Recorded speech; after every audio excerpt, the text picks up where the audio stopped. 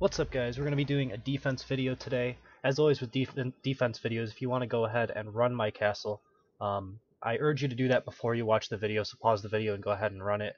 If you do go through the entire video, watch it through, and then run my castle, I just ask that you leave a comment and let me know that that is what you did. So we're going to go ahead and jump into the first room here. This first room is actually very similar to the first room. Actually, the first two rooms are pretty similar to the first two rooms that I had previously, except I changed out the mobs inside of them. I'm going for a Derplicator defense because I have 4 of them right now. I might try to get a 5th or a 6th because I think they're actually really good units. I think they're even better now than they would have been pre-turbo attack patch. I think if they do end up reverting the changes or anything like that, you could definitely see these guys be a lot weaker, and the reason for that is because archers and mages no longer have invulnerability when they're rolling and when they are doing their electric charge or whatever it's called.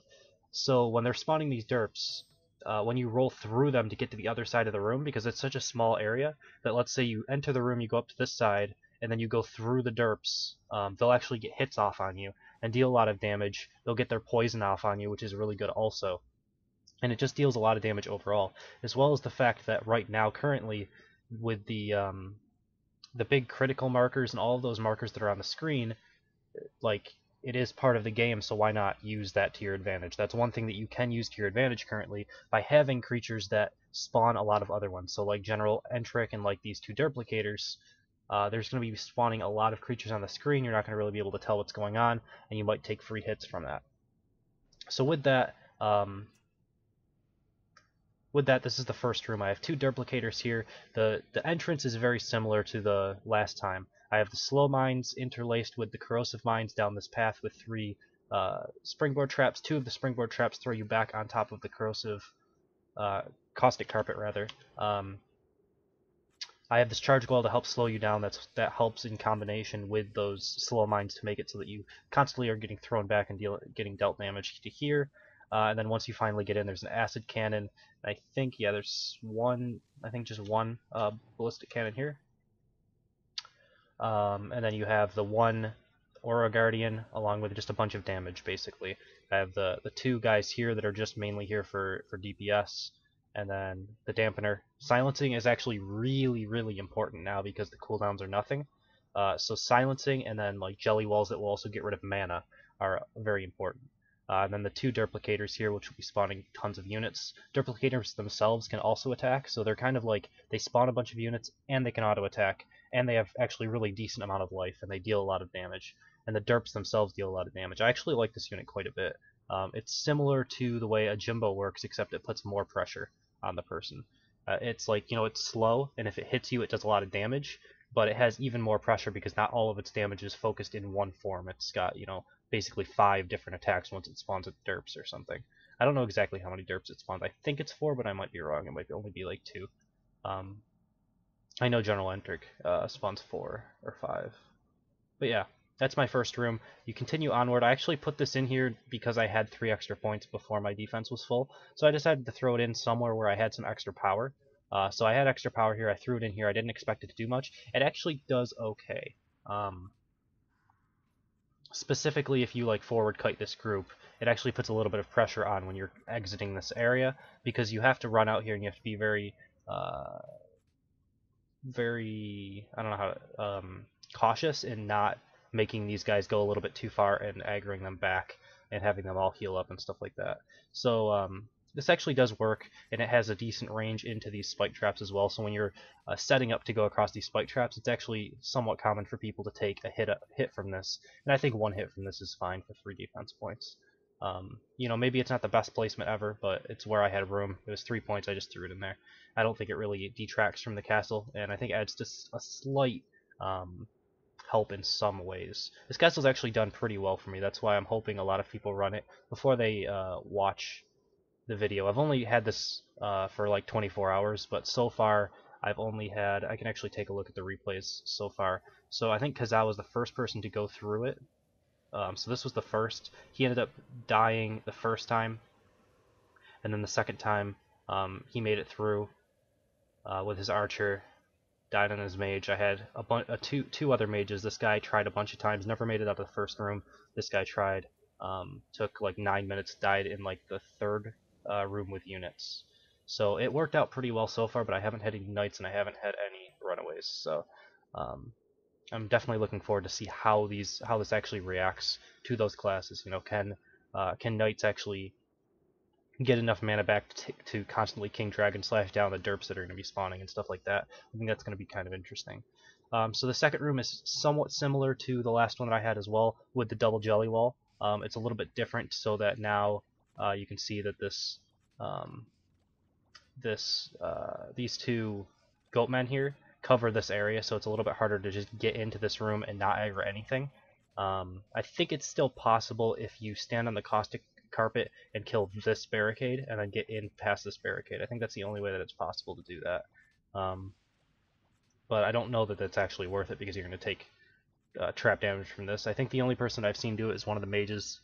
I think they used like their EMP skill to deactivate this and then ran in past that. But I might be able to fix that up as well. I could do another validation run, although it took me quite a few runs to get through it. Once I figured out how to do it, it only took me a couple.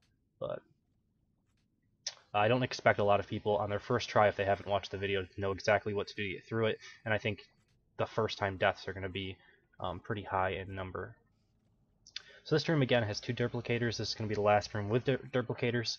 You can notice these. The first one I have a armor totem on. Second one I have damage.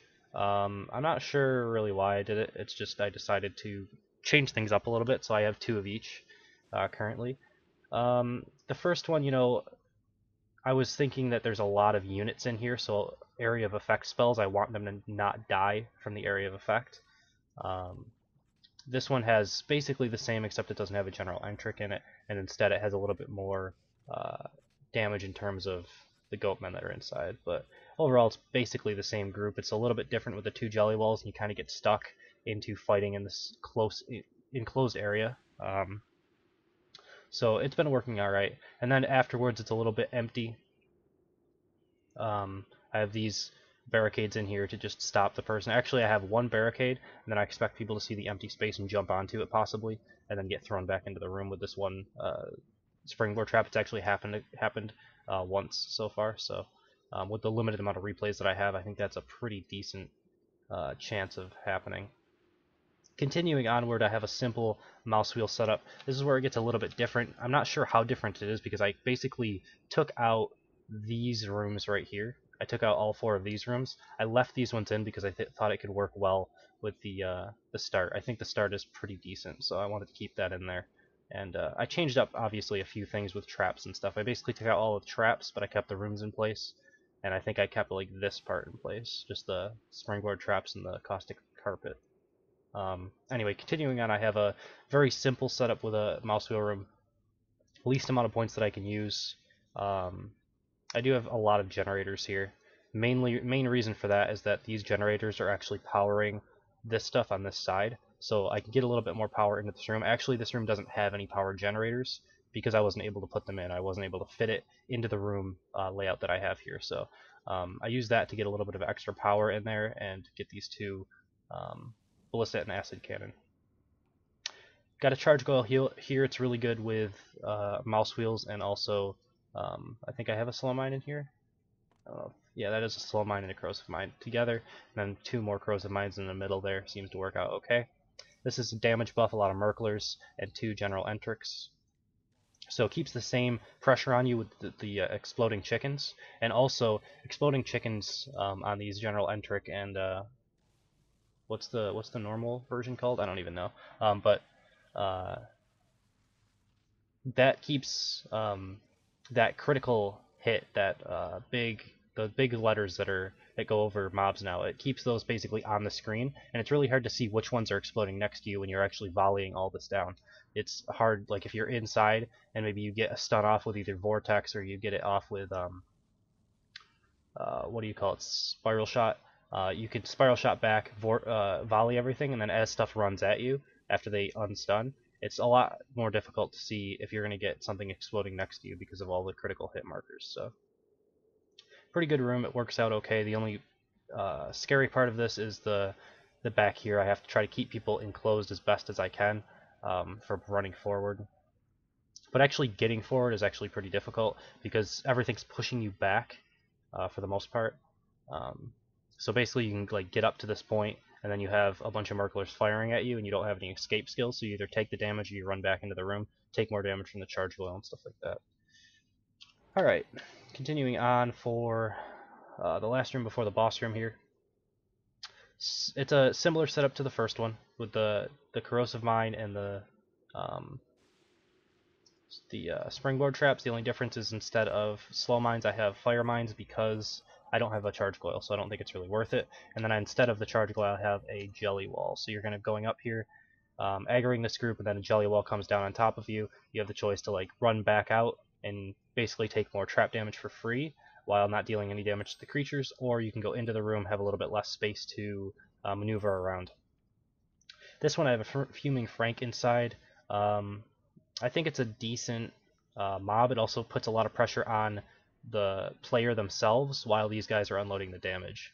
It's a pretty decent tank, and you have to manipulate people's mana, right? So if you waste a lot of mana by dealing with this somehow, either by stunning it or just trying to get away from it, then you don't have as much mana to deal with the stuff in the backside here. So I'm thinking that the new way to build defenses will mostly be putting pressure on the person while having some units in the back firing, because area of effect and stuns are really important, and managing those cooldowns and the mana on your, actually not cooldowns, but the mana on your hero is really important.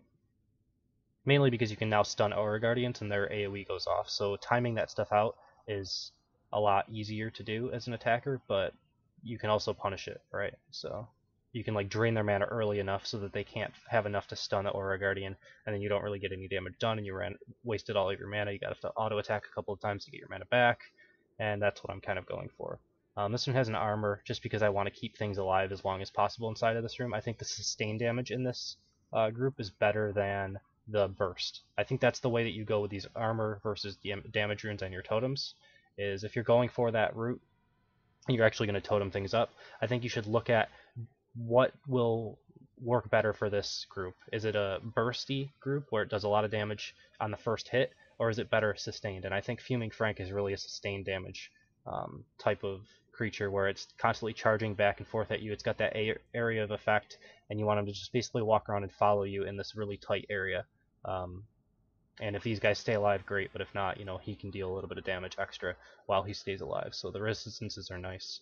Whereas like this room has a lot more burst potential in it with the Merklers, so you want to keep, as well as the chickens as well. Like chickens aren't really going to benefit from resistance buffs because they're already such low hit point units. Derps on the other hand can actually survive a volley if they have, maybe can survive a volley if they maybe, I think you would require like a few, like 1 or 2 ticks of the volley, because the damage comes down in ticks. 1 or 2 of those to be absorbed by the Aura Guardian, and then if it gets stunned, the derps will still stay alive because the health and the resistances, as well as the totem. I also wouldn't mind testing, because it might actually work like a lot of games do, where, I mean, I think it should, where if you have a flat amount of damage, or you have like ticks of damage, the ticks of damage will actually be less if you have higher resistances than the flat damage. Like let's say I have 6 ticks of 100 damage, or I have a flat 600 damage. Do they both deal the same damage at the end of things? Or because the resistances get factored in more often, does the flat damage deal a little bit more than the ticks of damage? I don't know if that made sense, but basically, like, let's say I have this resistance buff on everything.